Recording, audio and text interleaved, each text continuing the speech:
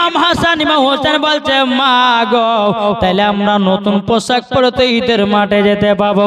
এদিকে মা ফাতেমা রাদিয়াল্লাহু তাআলা আনহা বাবা যে কালকে হবে ঈদের নামাজ, এদিকে রাত্রি বেলাতে আব্বা যে মুসলমান ভাইরাও গভীর রাত্রিতে আল্লাহর কাছে দোয়া করে আল্লাহ আমার বেটাদের জন্য নতুন পোশাকের ব্যবস্থা করে দাও।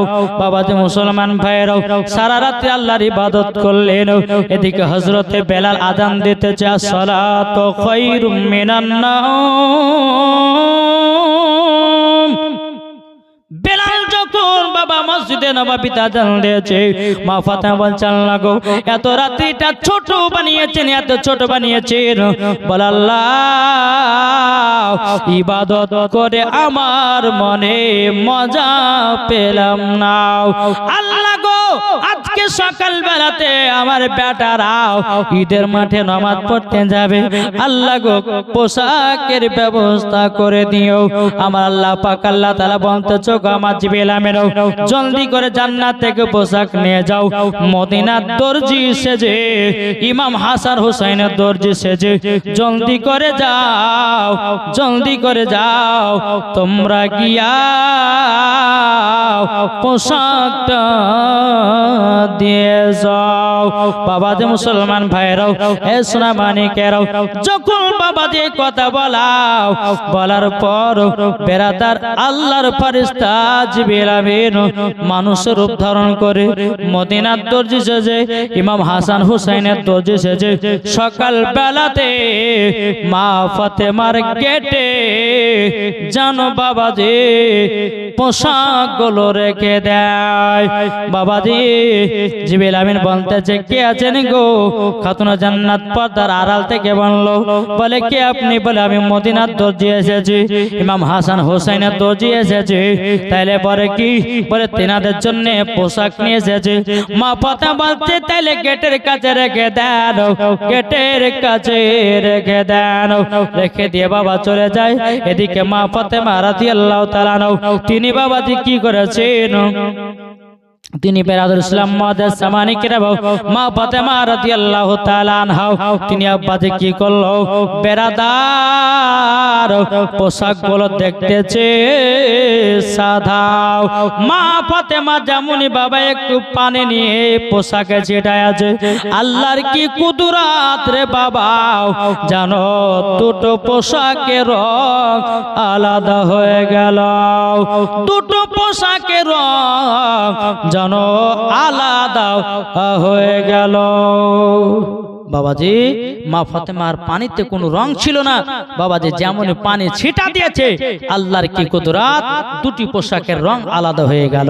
একটি হলো লাল, একটি হলো সবুজ বর্ণ। ইমাম হাসান ইমাম হোসেনকে ডাকা হলো, বেটারা তোমরা কে কোনটা পোশাক নিবা নিয়ে নাও। ইমাম হোসেন বাবা লাল পোশাকটাকে নিল, আর ইমাম হাসান বাবা হলুদ পোশাকটাকে নিল। নেওয়ার পরে দোনো ভাই এত আনন্দ এত ফুর্তি, কিন্তু বেরাদার সোনা মানিকেরাও এদিকে আমার নবী মুস্তাফা সাহেবে লাউলাক নূরে মুজাসসাম নবী কামলি ওয়ালা মক্কি ও সরদার আহমদে মুখতার নবী মুহাম্মদ রাসূলুল্লাহ সাল্লাল্লাহু তাআলা আলাইহি ওয়াসাল্লাম তিনি বাবাজি কি করলেন? মা ফাতেমা রাদিয়াল্লাহু তাআলা আনহা বাবাজি দোনো সন্তানকে বাবা সুন্দর করে সাজিয়ে দিয়েছে, ঈদের মাঠে নামাজ পড়তে যাবে। বাবাজি এমন সুন্দর করে নামাজে রাসূলকে সাজিয়েছে, আমার নবীজি তিনার হুজরা মুবারক থেকে এক পা দুপা করে খাতুনে জান্নাতের বাড়িতে জানো বাবাজি আসলাও। আমার নবী বলছে ও বেটি ফাতেমা গো, আমার নামাজে রাসূল গুলোকে দাও। এখন বেরাদার মা ফাতেমা বলছে আব্বা গো ঈদের দিন খুশির দিন, আপনাকে আমি একটা কথা জিজ্ঞাসা করব। তখন নবী আমার বলছে বেটি ফাতেমা কি কথা গো? ও গো মা কে জানো ইমাম হাসান হোসেনের দর্জি সেজে জানো পোশাক দিয়ে গেল, পোশাকের রং ছিল সাদা, যেমন আমি একটু পানি ছিটা দিয়েছি সঙ্গে সঙ্গে রং আলাদা হয়ে গেল। আমার গায়েবের সংবাদ দাতা নবী বলছো গো বিটি ফাতেমা এই রংটা বদলেছে আমার আল্লাহ তরফ থেকে। তখন মা ফাতেমা রাদিয়াল্লাহু তাআলা বলতেছে ওগো আব্বা জান ইমাম হাসান কেন হলুদটা নিয়েছে আর ইমাম হুসাইন কেন লাল পোশাকটা নিয়েছে? আমার নবী বলছো গো বিটি ফাতেমা গো ইমাম হুসাইন তিনি কারবালা যুদ্ধ করতে যাবে গো, রক্ত লালে লাল হয়ে যাবে গো, তার জন্য জানো লাল পোশাক নিয়েছে। ও আব্বা জান ইমাম হাসান কেন হলুদ নিয়েছে? আমার নবী বলতেছে গো বিটি ফাতেমা ইমাম হাসান দুনিয়া থেকে বিদায় নেবে জানো বিষ পান করে।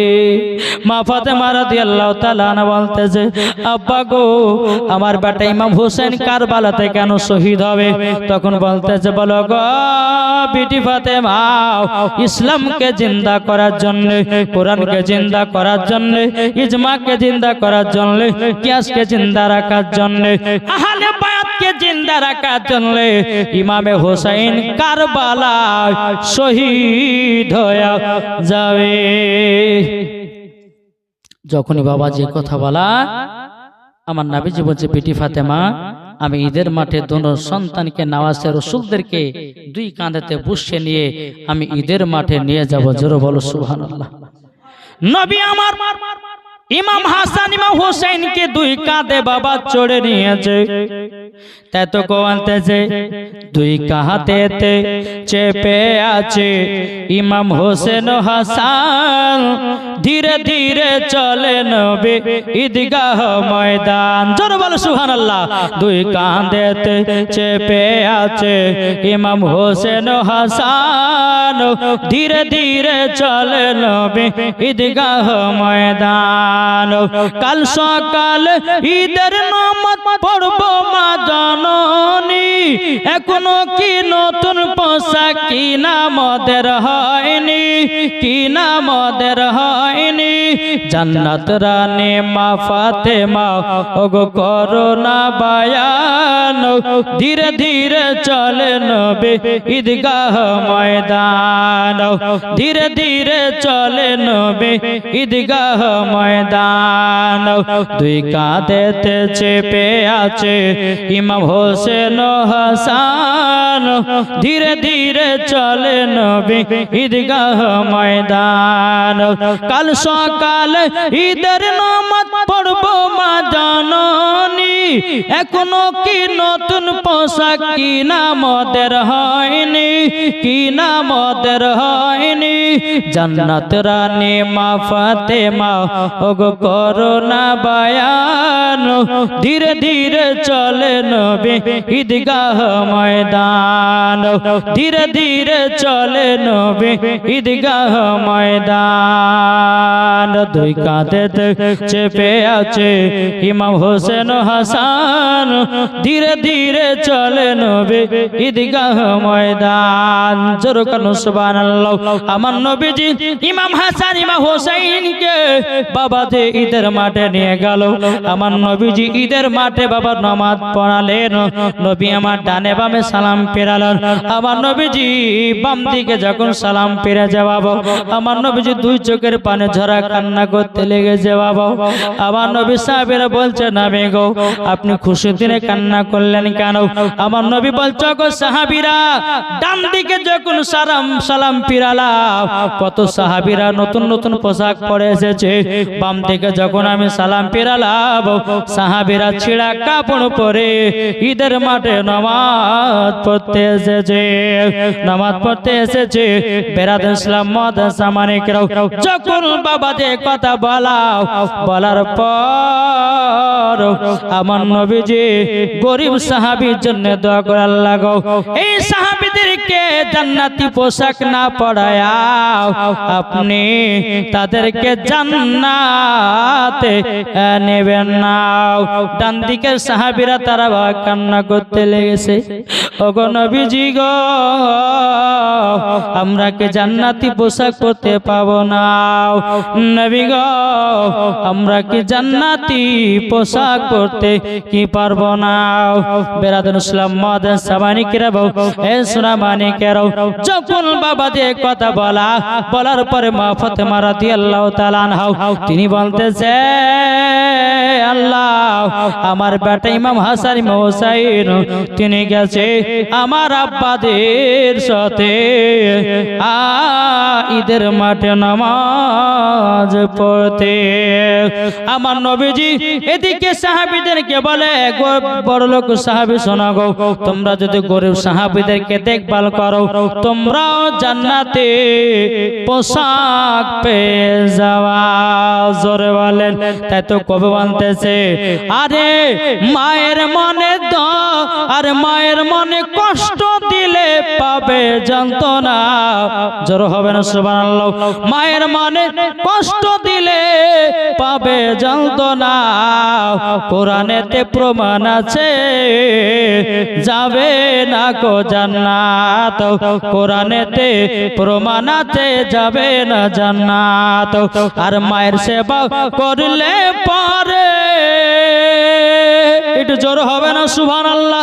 আর মায়ের সেবা করলে পরে যাবে তুমি জান্নাতে চলে। নামাজ রোজার আগে তুমি সেবা করে যাও, নামাজ রোজা আগে তুমি সেবা করে যাও। মাকে দুঃখ দিলে পরে পাবে না জান্নাত। বাবা যে মুসলমান, যাই হোক, এলো রমজান এলো, এলো মাহে রমজান, রমজান এলো, রমজান এলো, এলো মাহে রমজান। ইবাদতে পাগল হব, ইবাদতে পাগল হব, আমরা যে খোদার মেহমান। রমজান এলো, রমজান এলো, এলো মাহে রমজান, রমজান এলো, রমজান এলো, এলো মাহে রমজান।